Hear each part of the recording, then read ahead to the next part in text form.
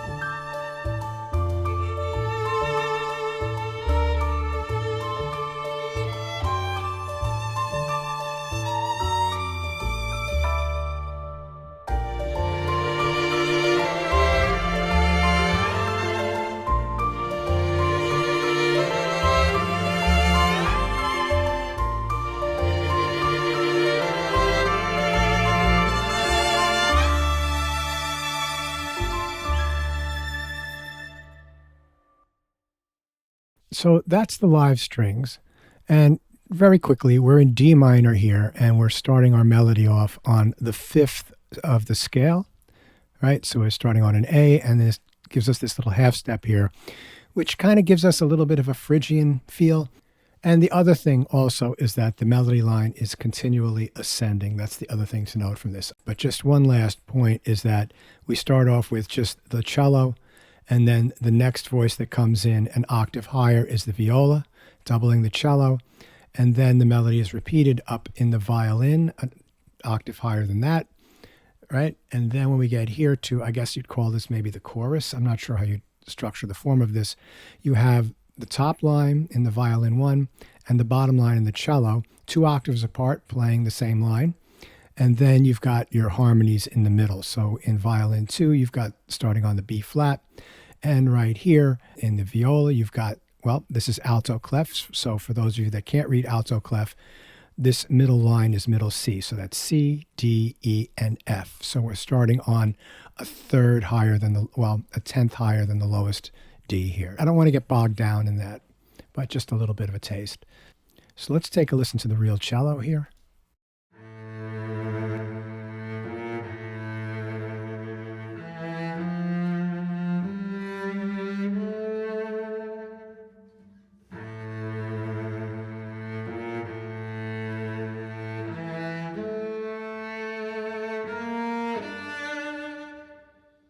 And then viola 2, then the viola, the second instrument.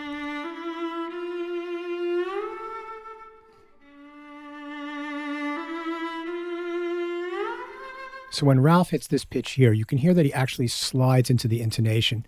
And I didn't have him do it over again because it sounds cool, right?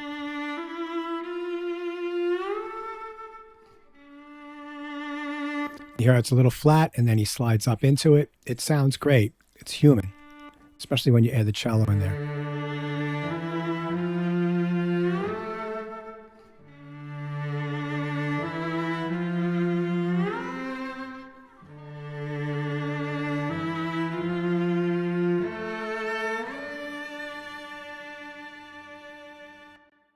There's 2 tracks here for the first violin, and that's because I recorded it with a Neumann TLM 103 and an SE Electronics. I forget what the model number is, but it's a tube mic, and it's got a variable pattern selector on it. It's a really nice mic.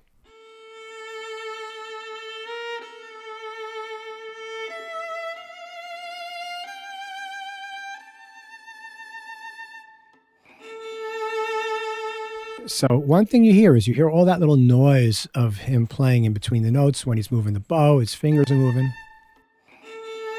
See, that stuff is the human thing. Let's listen to violin 2 here.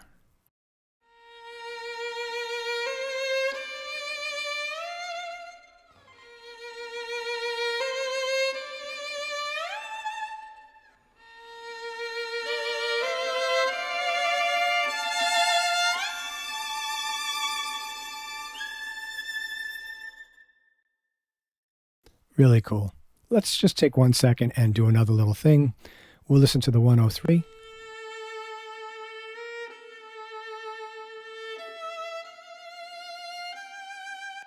Very nice, clean sound. And then the SE Electronics with the tube.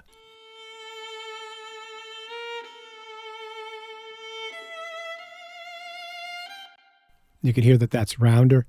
And the way I had them spaced was that they were right next to each other, pointed right at Ralph, and then cardioid pattern, about 3 feet away, 2-3 feet away.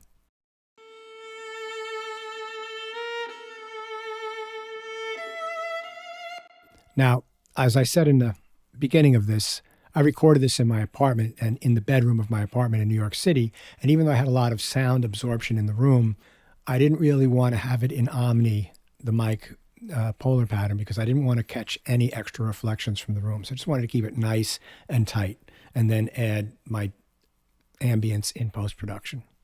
Okay, so that's what the real thing sounds like. So our first contender will be Spitfire Solo Strings, right? So I used the Virtuoso Total Performance for violin 1, First Desk for violin 2, viola legato, fingered, and then total performance for the cello. So let's listen to Spitfire solo strings in context, and then we'll solo out the instruments. Here we go.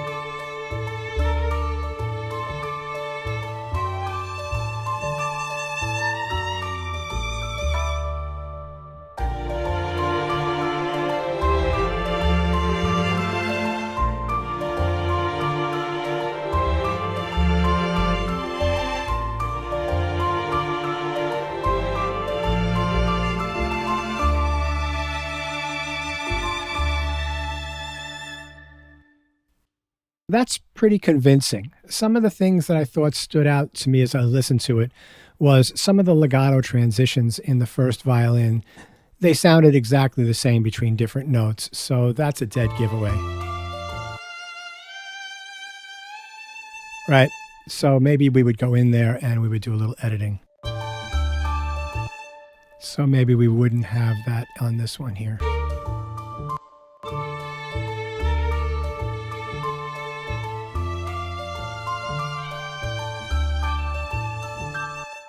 Possibly, maybe this one has the portamento.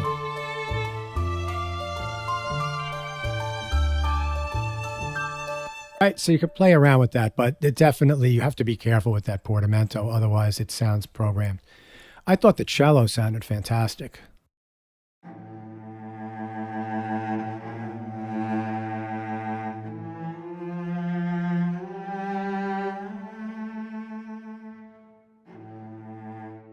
This is the original cello.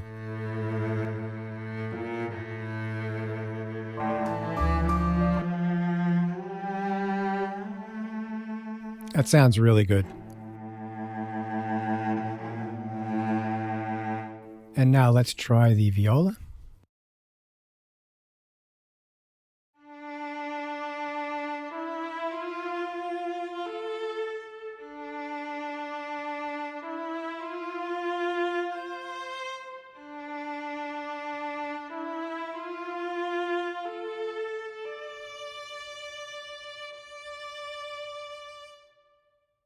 Let's see if we can program this a little better.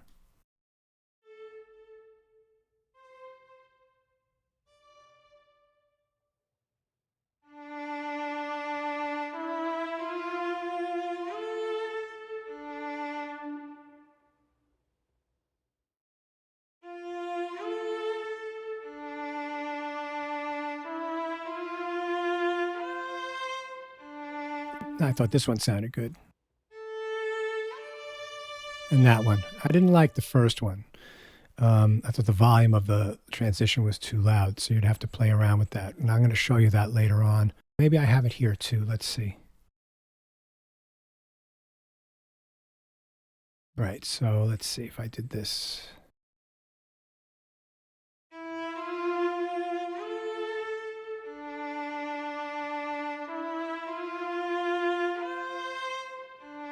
Yeah, that helps. And now solo violin, let's listen to that.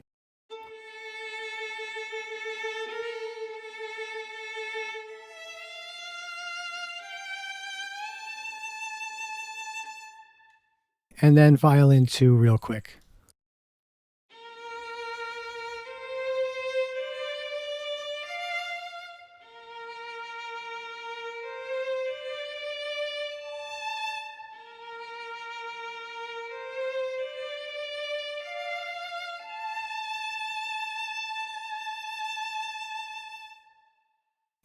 So that's the Spitfire solo strings. Continuing on with Spitfire, we've got the Sacconi.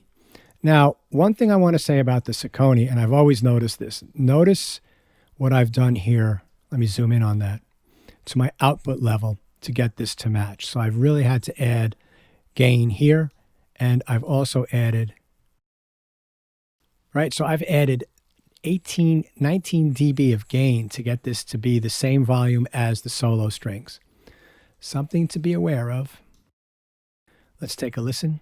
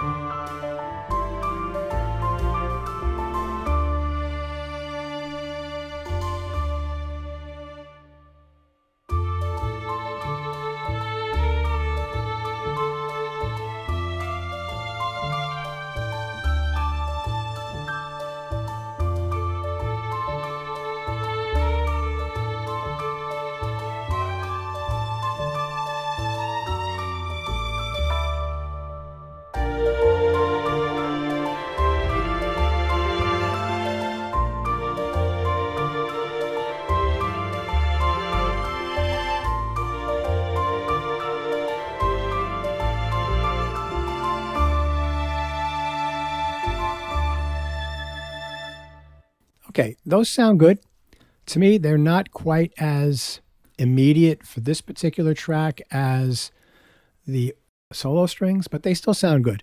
One thing I'd like to say is I could have done a little bit more programming with playing around with MIDI CC21 and the vibrato and all that, but we're just talking right here about the legato. And so let's solo that cello out.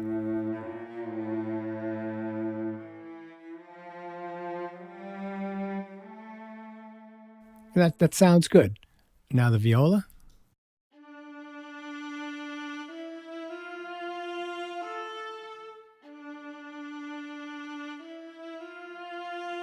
Add the cello.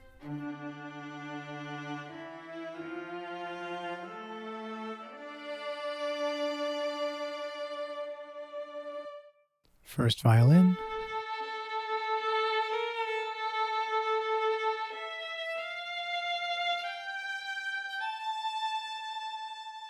Sounds good. There's like a little bit more randomness to that than there is in the solo strings. Let's take a listen to the solo strings again.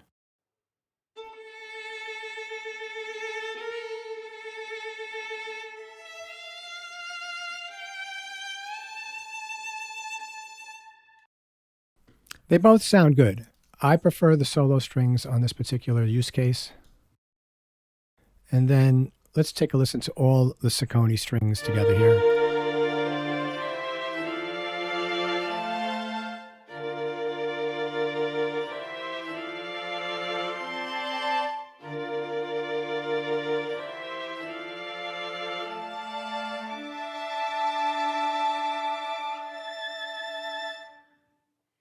If all you're doing is a demo, that sounds fine. So in other words, if that's the only solo string library that I had, I could have gotten my point across and then had my live players come in.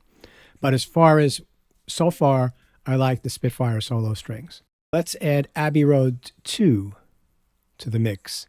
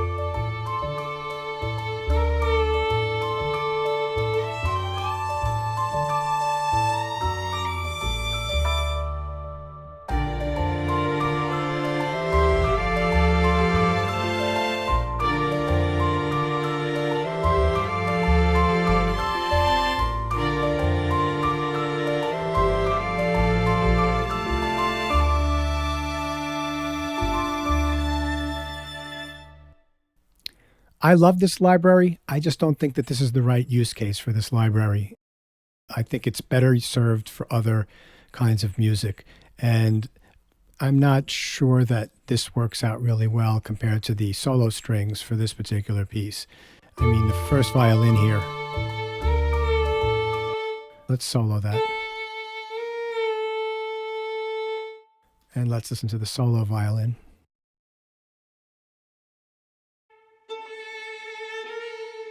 You know, much better for this kind of music. Abbey Road, too, you're using that library because you'd like to get the sound, and also there are a lot of other signals that you could mix in. I'm just using mix one. You can make that sound different with all the different signals. That's not the point of this library here. I've got other demos of the Abbey Road library that are much more in detail with those signal changes. All right, so just moving right along, we're leaving Spitfire for the time being. We'll come back to Spitfire a little bit later. But our next library is the Cinematic Studio Solo Strings. And this seems to be a favorite of everybody, but let's take a listen.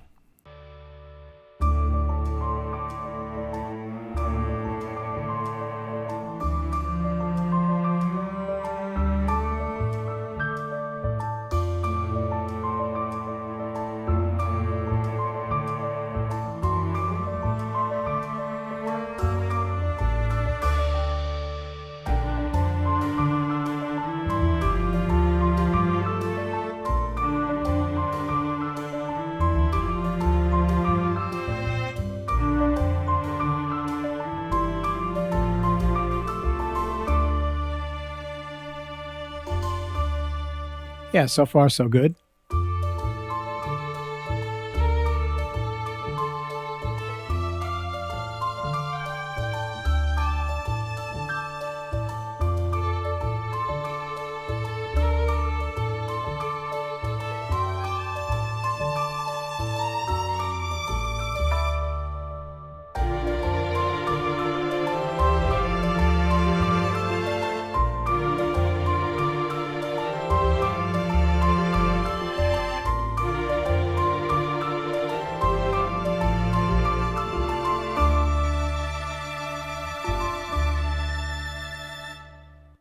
All right, so with this one, I'd say that so far, this one and the Spitfire solo strings, I think, are the most convincing so far. I think that the cello here sounds really good. I think the first violin sounds really good. You also notice when I play these, when I go away from solo and into playing ensembles with all four instruments playing parts, you don't notice the deficiencies as much, if at all. They sort of get masked by the fact that there are four players performing at the same time. Let's solo this out a little bit. And I'm not going to play everything, but I'll play one line from each of these little sections. So here's this cello.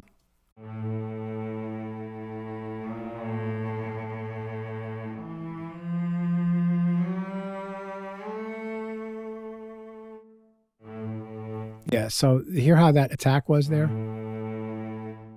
Nice and smooth. I actually like the Spitfire. It's got that, that little edge there at the beginning. I don't know if you can get that with the studio. Let's listen to Cinematic, the viola.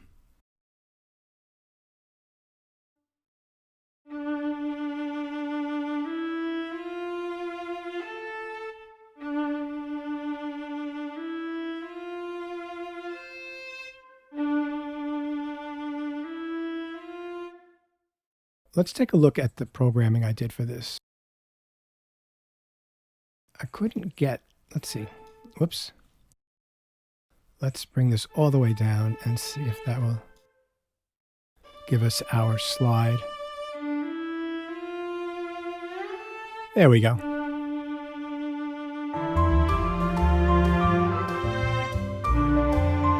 That sounds pretty good.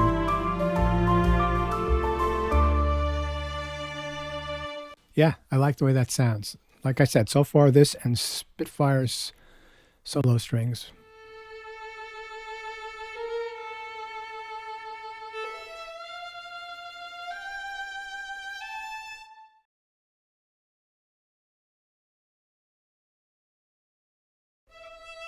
Let's get that jump there.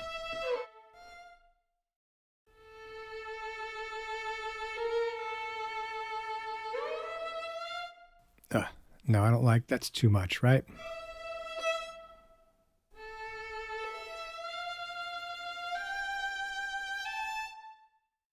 Oops.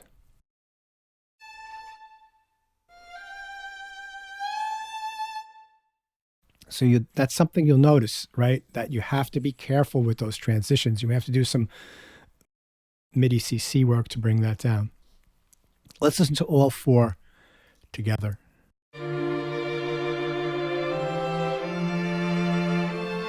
So you notice that when all four are playing, the sound is really beautiful.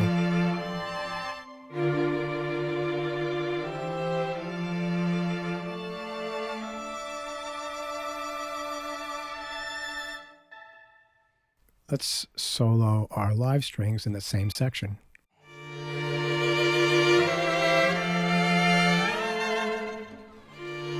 Yeah.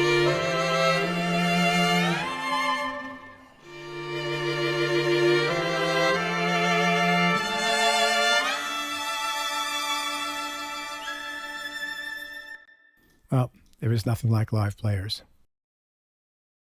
That's the Cinematic Studio solo strings. I think those are good. And now we're listening to the Cine strings from Cinesamples. Now with these, you'll notice I had to turn them down, 6 dB. Cinesamples libraries are hot level-wise.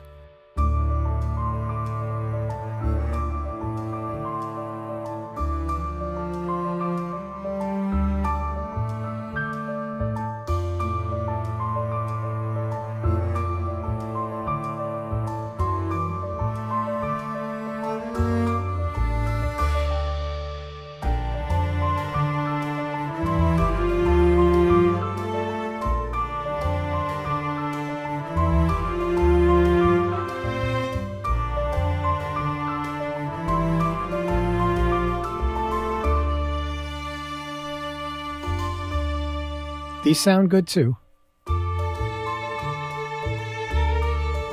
Yeah, the first violin sounds great.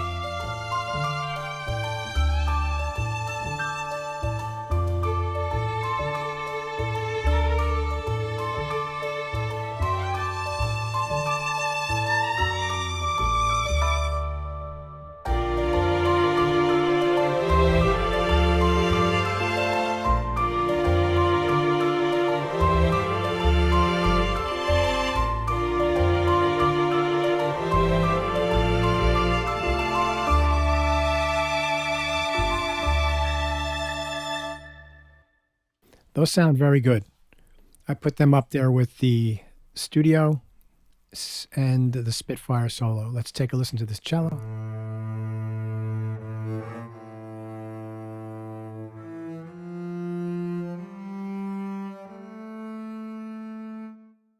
Nice, and viola.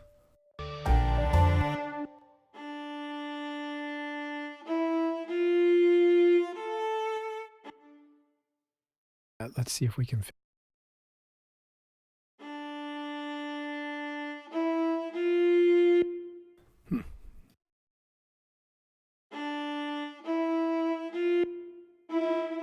I don't know if I like that.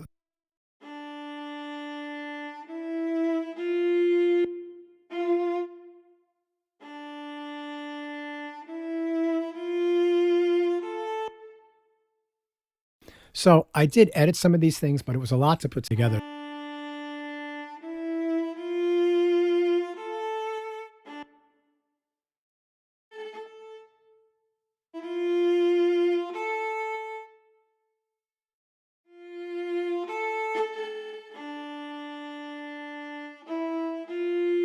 Yeah, so with these, it sounds good to me. I'd have to go through the manual. But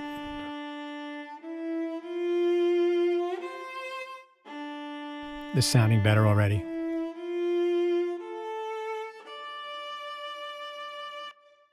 Let's go to violin 1. It's a good sound.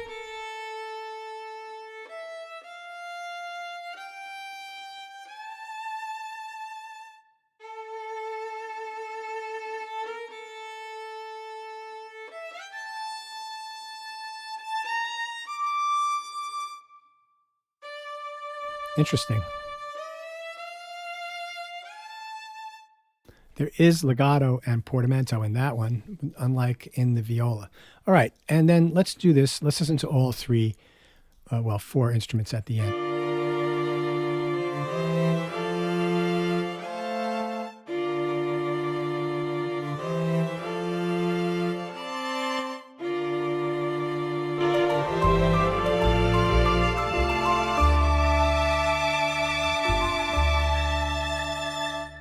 So in the track, I like the way those sound.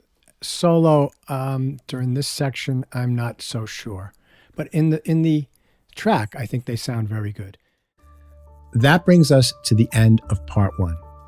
In part two, we'll be taking a look at some larger orchestral libraries that have first chair solo patches and seeing how those work in this situation. We'll also take a look at combining some of the solo strings with the live players to create chamber-sized groups. Again, if you like this video, give a thumbs up. For more content, please subscribe, and to be notified, ring that bell. Leave any comments or questions down below. I've been Pete Calandra. Thank you so much for watching, and I'll catch you on the next one.